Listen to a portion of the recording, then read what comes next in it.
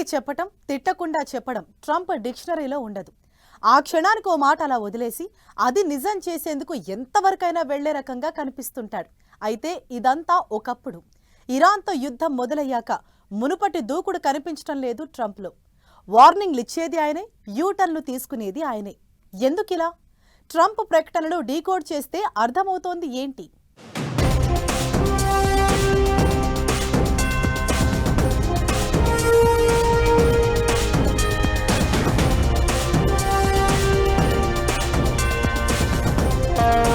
Deal కుదిరి తీరాల్సిందే అంటాడు ఒకసారి, బాంబుల వర్షం కురిపిస్తామనే ప్రకటన మరోసారి, సీజ్ ఫైర్ పొడిగింపు అసాధ్యమని ఇంకోసారి. తన ప్రకటనపై పదే పదే ట్రంప్ యూటర్న్. ఇరాన్ యుద్ధంపై ట్రంప్ది రోజుకో మాట. ట్రంప్లో కనిపించని దూకుడు ఎందుకు? అంతకు ముందు, ఆ తర్వాత, ఇరాన్ యుద్ధం తర్వాత ట్రంప్ తీరులో కనిపిస్తున్న మార్పు ఇదే. ఒక్కసారి కమిట్ అయితే ఎవరు చెప్పినా వినను అనేట్లు ఉంటుంది ట్రంప్ మెంటాలిటీ. మొదటి హయాంలో ఇలానే కనిపించారు. రెండోసారి పగ్గాలు తీసుకున్న తర్వాత కూడా ఇదే దూకుడు చూపించారు.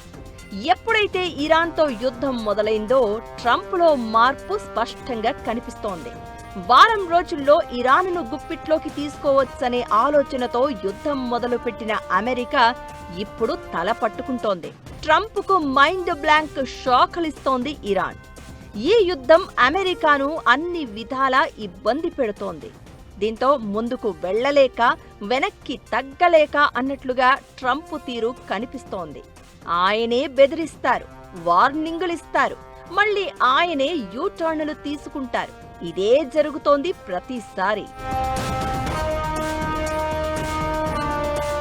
హర్ముజ్ విషయంలో, యుద్ధం ముగింపు విషయంలో ఎలాంటి ప్లాన్ లేకుండా దాడులకు ఆదేశించిన ట్రంప్ ఇప్పుడు ఇరుకున పడినట్లు కనిపిస్తున్నాడు. యుద్ధం ఎలా ఆపాలో తెలియక దిక్కులు చూస్తున్నాడు. ఆయన మాటలతో అర్థమవుతోంది అదే. డీల్ కుదరకపోతే ఇరాన్పై బాంబుల వర్షం కురిపిస్తామన్న ట్రంప్ సీజ్ ఫైర్ పొడిగింపు అనేది అసంభవం అన్నట్లు స్టేట్మెంట్లు ఇచ్చారు. ఈ వార్నింగులను ఏమాత్రం పట్టించుకొని ఇరాన్ చర్చలకు దూరంగా ఉండగా ట్రంప్ ఏం చేయబోతున్నారా అనే టెన్షన్ కనిపించింది. కట్ చేస్తే సీజ్ ఫైర్ ని మళ్లీ పొడిగిస్తూ నిర్ణయం తీసుకున్నారు. ఇరాన్ నుంచి తుది ప్రతిపాదన అందే వరకు, దౌత్యపరమైన చర్చలు కొలిక్కి వచ్చే వరకు ఇది కంటిన్యూ అవుతుందని చెప్పారు. పాకిస్తాన్ మధ్యవర్తిత్వం మేరకు ఈ నిర్ణయం తీసుకున్నాం అని కవర్ చేసుకున్నారు.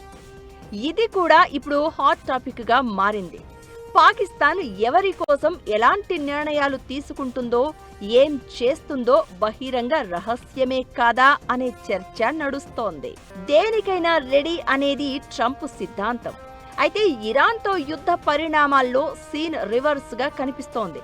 డీల్ కుదుర్చుకోవాల్సిందే అని ట్రంప్ పట్టుబడుతుంటే ఇరాన్ మాత్రం దేనికైనా తగ్గేదేలే అంటోంది.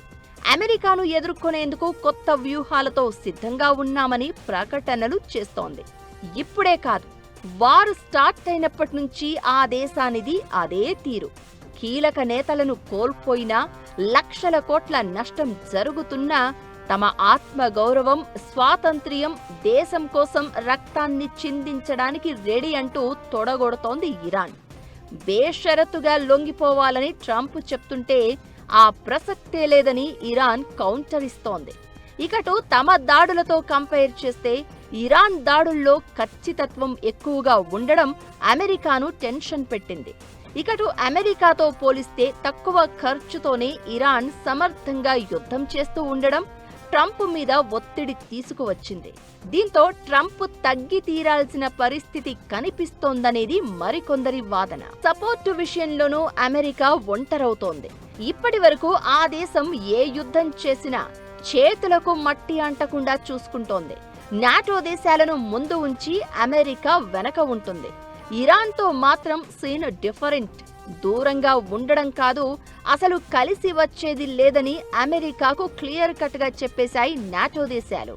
అయితే ఇరాన్కు మాత్రం రష్యా, చైనా నుంచి ప్రత్యక్షంగానో పరోక్షంగానో మద్దతు లభిస్తూనే ఉంది.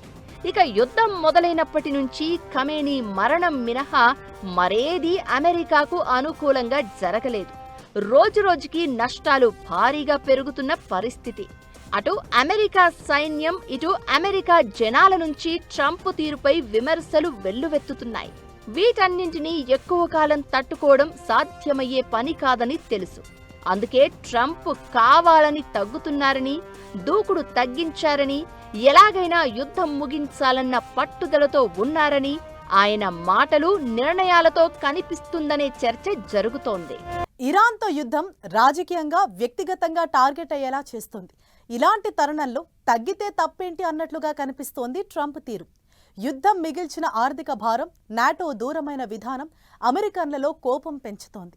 అసలు అగ్రరాజ్యం ఎకానమీపై యుద్ధం మోపుతున్న భారం ఎంత? ట్రంప్ నిర్ణయాలపై జనాల మాట ఏంటి? ఆర్థిక వ్యవస్థపై భారం మోపుతున్న యుద్ధం, నాటో దేశాలు దూరం కావడంపై జనం ఫైర్, అధ్యక్షుడి తీరును ప్రశ్నిస్తున్న అమెరికన్లు, ఇవన్నీ ట్రంప్ మీద ఒత్తిడి తెస్తున్నాయా? తగ్గితే తప్పేంటి అనేది కూడా అందుకేనా? తమకు ప్రపంచంలోనే గొప్ప సైన్యం ఉందని బిల్డప్ ఇచ్చే ట్రంప్ ఇరాన్పై ఏకపక్షంగా యుద్ధం మొదలుపెట్టారు. యుద్ధానికి ముందు అటు నాటోతో కానీ, ఇటు యూరప్తో కానీ చర్చించలేదు సరికదా, కనీసం సమాచారం కూడా ఇవ్వలేదు. నిజానికి గల్ఫ్ దేశాలు కూడా అదే చెప్తున్నాయి. కనీసం తమను అలర్ట్ చేసినా బాగుండేదని అంటున్నాయి. గల్ఫ్ దేశాల ప్రతిష్ఠే దెబ్బతిన్న పరిస్థితి. ఇకటు హర్ముజ్ విషయంలోనూ ట్రంప్ది ఇదే తీరు. ఒంటి చేత్తో డీల్ చేస్తామని చెప్పిన ట్రంప్ ఆ తర్వాత చేతులెత్తేశాడు.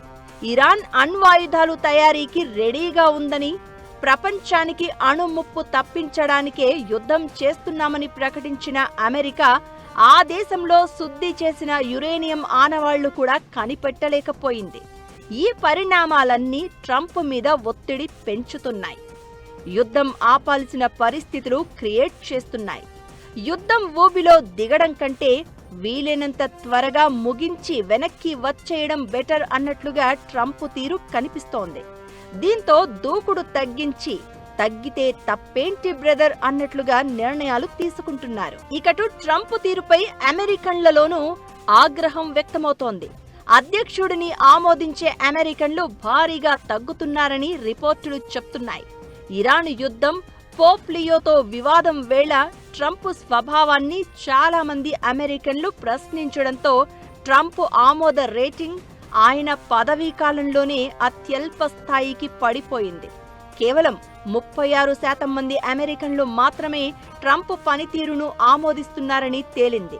ఇక అధ్యక్షుడి స్వభావం, మానసిక పరిస్థితిపై రిపబ్లికన్ పార్టీ సభ్యులతో సహా చాలా మంది అమెరికన్లు ఆందోళన వ్యక్తం చేస్తున్నారు. ట్రంప్ మానసిక పరిస్థితి క్షీణించిందని 51% మంది అమెరికన్లు భావిస్తూ ఉండగా, వారిలో 14% మంది రిపబ్లికన్ పార్టీ వాళ్లే. ఇకటు పోప్ లియో 14పై ట్రంప్ చేసిన వ్యాఖ్యలపై అమెరికన్లు ఓ రేంజ్లో ఫైర్ అవుతున్నారు. పోప్ను 60% మంది సపోర్ట్ చేస్తే ట్రంప్ను సమర్థించిన వాళ్లు 36% మంది మాత్రమే. ఇక నాటో కూటమి నుంచి తప్పుకోవాలన్న ట్రంప్ ఆలోచనపై 16% మంది అమెరికన్లు మాత్రమే సపోర్ట్ చేస్తున్నారు. ఇక ఇరాన్పై అమెరికా యుద్ధం తగిన ఫలితాన్నిచ్చిందని 26% మంది మాత్రమే అంటున్నారు. ఇలా వారు విషయంలో జనాల నుంచి కూడా ట్రంప్కు సపోర్టు లేకుండా పోయింది. ఇక అమెరికా యుద్ధ ప్రకటనలన్నీ ఏకపక్షంగా యుద్ధాన్ని మరింత ఎగదోసేవిగా ఉంటే, ఇరాన్ మాత్రం ఆత్మరక్షణ కోసమే యుద్ధం చేస్తున్నామని చెప్తూ వస్తోంది. యుద్ధం జరిగినప్పుడు ఇప్పుడు సీజ్ ఫైర్ విషయంలోనూ ఇలాంటి కామెంట్సే వినిపించాయి.